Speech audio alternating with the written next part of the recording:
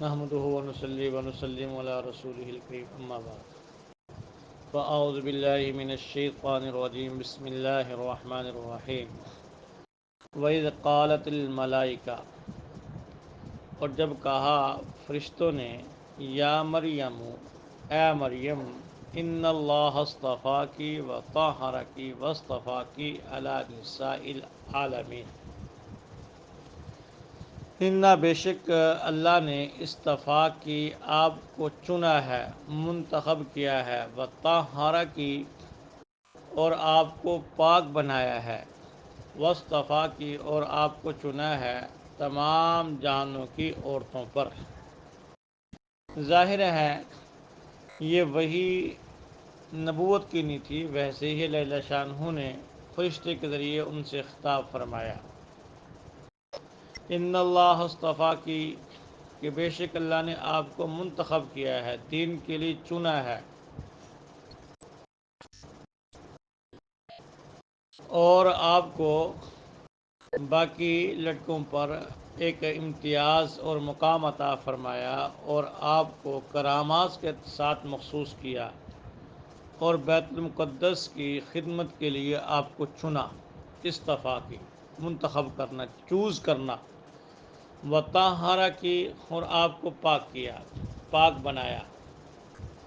یہ پاک بنانا کئی اعتبار سے ہو سکتا ہے، سب سے بڑی ناپاکی وہ عقیدے کی ناپاکی ہوتی ہے۔ اللہ نے آپ کو غلط عقیدے سے بچایا اور حق عقیدہ عطا فرمایا، یہ بھی پاکی کی شکل ہے۔ دوسرا ناپاکی بدعملی کی ہوتی ہے، اللہ نے برے اعمال، برے اخلاق، بری طبیعتوں سے آپ کو پاک صاف کیا۔ اور تیسرا حصی ناپاکی جو عورتوں کے ساتھ ہوتی ہے، اللہ کریم نے ان کو اس ناپاکی سے بھی بچایا تھا، اس سے بھی پاک کیا تھا، جو ہر مہینے کے اعتبار سے ناپاکی ہے۔ تو اللہ کریم نے سیدہ مریم کو اس سے بھی پاک کیا تھا۔ تو طاہرکی کا لفظ بڑا عام ہے، عقیدے کی پاکی بھی عطا فرمائی، اعمال کی پاکی بھی عطا فرمائی اور جسمانی پاکی بھی عطا فرمائی۔ واصطفیٰ کی اور آپ کو چنا جہان کی عورتوں پر۔ اس دنیا میں چند ہی عورتیں ہیں جن کو اللہ شانہ نے کامل بنایا۔ حدیث پاک میں بلکہ صحیح بخاری کے اندر یہ روایت موجود ہے کہ مرد تو بہت سے کامل ہیں، لیکن عورتوں میں جو کامل ہیں ان میں سیدہ مریم بنت عمران اور حضرت آسیہ بنت مزاحم، یہ فرعون کی جو اہلیہ تھی۔ تفسیر روح البیان وغیرہ کے اندر لکھا ہے کہ کل قیامت میں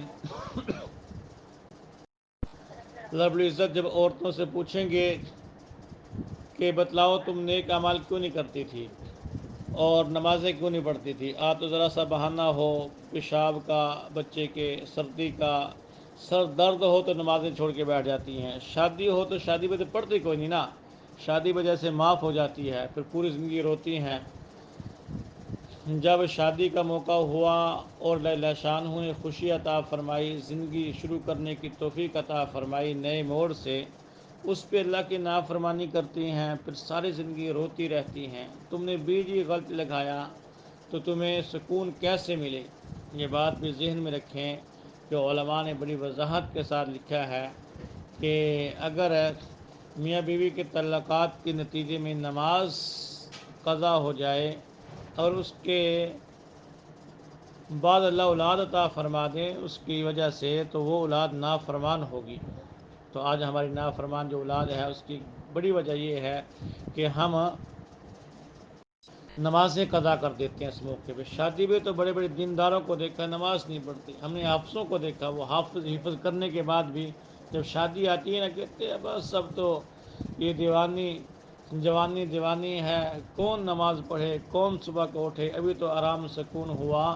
تو یاد رکھیں اگر میاں بیوی کے ملاپ کے نتیجے میں صبح کی نماز قضا ہو گئی تو اس کا جو نتیجہ ہوگا، جب آپ نے بیج لگا کے اللہ کی نافرمانی کی تو بھلا اس بیج سے جو اللہ آپ کو اولاد عطا فرمائیں گے وہ آپ کے تابع فرمان کیسے ہو سکتی ہے؟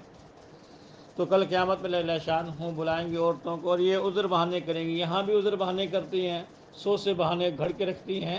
تو وہاں بھی کہیں گے جی میرے خامد کے بکھیڑے اتنے ہوتے تھے، وقت نہیں ملتا تھا، خامد بڑا سخت تھا، وہ یوں کرتا تھا، اس کے کام اتنے تھے.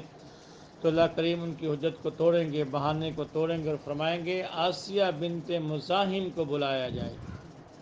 ان کو بلایا جائے گا اور پوچھا جائے گا ہاں بلا بتلاؤ اس کا خاوند فرعون زیادہ سخت تھا کہ تمہارا خاوند سخت تھا؟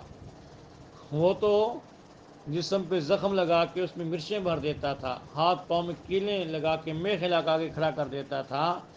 تو عورتوں کو اگر ٹوٹے گا پھر وہاں کوئی بہانہ نہیں بنا سکیں گی. تو فرمایا مائی مریم بھی، یہ بھی کامل.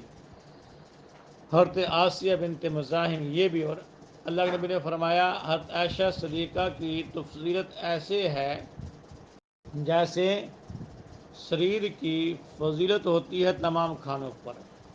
شریر سمجھتی ہیں، شریر کہتے ہیں شوربے کے اندر روٹی بھگو کے، اس کو ہم اپنی زبان میں چوری کہتے ہیں، تو عربی میں شریر کہتے ہیں. یہ ایک عمدہ کھانا تصور کیا جاتا تھا اہل عرب کے ہاں. تو آپ نے فرمایا حضرت عائشہ کی فضیلت تمام دنیا کی عورتوں پر ایسی ہے جیسے شریر کی فضیلت ہوتی ہے باقی کھانوں پر. اور حضرت فاطمہ الزہرا کے بارے میں آیا کہ آپ نے فرمایا کہ اے فاطمہ تو جنت کی عورتوں کی سردار ہوگی. اب ختیجہ کے بارے کے اندر بھی ایسے ہی کی احادیث ہیں. تو اس لیے مفسرین نے یہاں سکوت کیا ہے کہ ساری عورتیں اللہ کے یہاں یہ شان اور مقام والی ہیں. ان میں افضل کون ہے اس کے بارے میں کوئی تعین نہیں کر سکتے. سبھی کا ادب و احترام کرنا چاہیے، سبھی کو اللہ کی برگزیدہ بندیاں سمجھنا چاہیے. یہ جو فضیلت تھی سیدہ مریم کی کہ ہم نے